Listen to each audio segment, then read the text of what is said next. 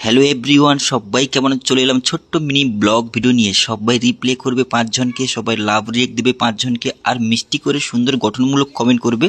আর আমি তোমাদের গঠনমূলক কমেন্ট ধরে তোমাদের পরিবারে গিয়ে মিষ্টির ভালোবাসা দিয়ে আসবো। আমি সুন্দরবনের ছেলে মানস।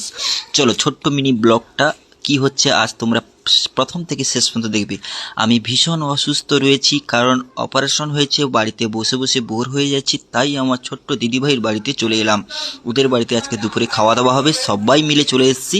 দেখি এদের বাড়িতে কাজ চলছে, আর দেখতে পাচ্ছ গোটা বাইর আর রাস্তা বারাম রাস্তা করে আসছে, গাড়ি মাটি ফেলেছে। তাই ওটাকে দেখানোর জন্য দিদিভাই আমাকে ডাক করেছে কেমন কাজটা হয়েছে, কারণ আমার জামাইবাবু বিদেশে থাকে, বাড়িতে নেই। তো গিয়ে আমি দেখলাম খুব সুন্দর হয়েছে, ঠিকঠাক রয়েছে।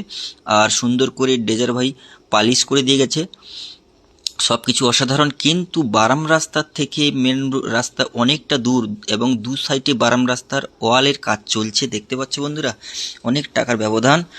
আর দু সাইডে এটা ওয়াল গাঁথা হয়ে গেলে উপরে কংক্রিট রাস্তা ঢালাই হবে। আমার ক্যামেরাম্যানকে বলবো, ক্যামেরাম্যান যেন সুন্দর করে দেখায়। আর সত্যি এই জায়গাটা অসাধারণ। আর দিদিভাই এই নতুন বাস্তুটা কিনা করে সুন্দর করে সাজাচ্ছে। বাস্তুটা অনেক বড়, এবং কংক্রিট রাস্তা থেকে এই বারাম রাস্তাটা টোটালি ঢালাই হবে। আগে এইগুলো ওয়ালগুলো হয়ে গেলে তারপর ঢালাইয়ের কাজ হবে। তারপর বাঙালি বস, ঘর বাড়ি তো সাজাতে খুব ভালোবাসে সবাই, তাই না? যতই কষ্ট হোক না কেন, খুব তাড়াতাড়ি যে রাস্তাটা তৈরি হচ্ছে, মানে আমি গাড়ি নিয়ে ঢুকতে পারবো, খুব সুন্দর হবে। আর যাই হোক, দোতলা ঘর প্রায় কমপ্লিট হয়ে গেছে। দেখতে পাচ্ছ এটা দোতলা ঘর, আর অনেক ফলের গাছ রয়েছে, বাতাবি লেবু থেকে কমলা লেবু, সফেদা আম, আর নারকেল গাছ রয়েছে 30 থেকে 40খানা নারকেল গাছ পুকুরের আশপাশে। তো নতুন বাস্তুটা অসাধারণ হয়েছে, এবং তোমাদের দেখাবো এই বারাম রাস্তার মাথায় রয়েছে কংক্রিট রাস্তা, ওখান থেকে ডাইরেক্ট ঢালানো হবে। যাই হোক, সবাই কেমন আছো? আমি তোমাদের কমেন্টে আশায় থাকবো। আমার এই ভিডিও তোমরা কোথা থেকে দেখছো প্লিজ সুন্দর করে রিলেটিভ কমেন্ট করে যাবে।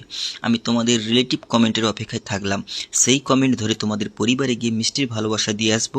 আমি সুন্দরবনের ছেলে মানুষ, আর বেশি জোর সে কথা বলতে পারছি না, আর হাঁটা চলা খুব সাবধানে করছি, কারণ তোমরা জানো আমার অপারেশন রয়েছে, এখনও টিচ কাটা হয়নি, আরও 15 থেকে 20 দিন লাগবে। তাই দিদিভাই একটু ডাক করেছিল, আর সবাই মিলে চলে এলাম দিদিভাইয়ের বাড়িতে। দুপুরে খাওয়া দাওয়া করলাম, আর এখন বাড়ি ফিরছি।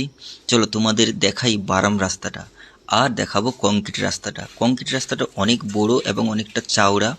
সেই রাস্তা থেকে ঢালাই হবে বেশ কিছুদিন পর, কারণ মাটিটাকে তো বুঝতেই হবে। যাই হোক, এটা হচ্ছে আমি রয়েছি গঙ্গাপুর, আর আমার দিদির বাড়ি। কেমন লাগলো তোমাদের এই ভিডিও সবাই কমেন্ট করতে কেউ ভুলবে না। সবাইকে অনেক অনেক শ্রদ্ধা আর ভালোবাসা থাকলো। এটা দেখতে পাচ্ছ, এটা হচ্ছে ঢালাই কংক্রিট রাস্তার রোড। আর মেদিনীপুরে যেমন কি বলে তালতলা, এটাও একটা তালতলা। আমি এখানে মাঝে মাঝে আসি অনেক ভিডিও বানাতে। আর কেমন লাগলো সবাই কমেন্ট করবে, লাইক শেয়ার কমেন্ট করে পাশে থাকবে। এটা টোটাল বারাম রাস্তা। আমার ক্যামেরাম্যানকে বলবো ভালো করে একটু দেখাতে। আর পারলে সবাই লাইক শেয়ার কমেন্ট করে থাকবে। আমি তোমাদের পরিবারকে মিষ্টির ভালোবাসা দিয়ে আসবো। Thank you, thank you, thank you so much. Thank you watching.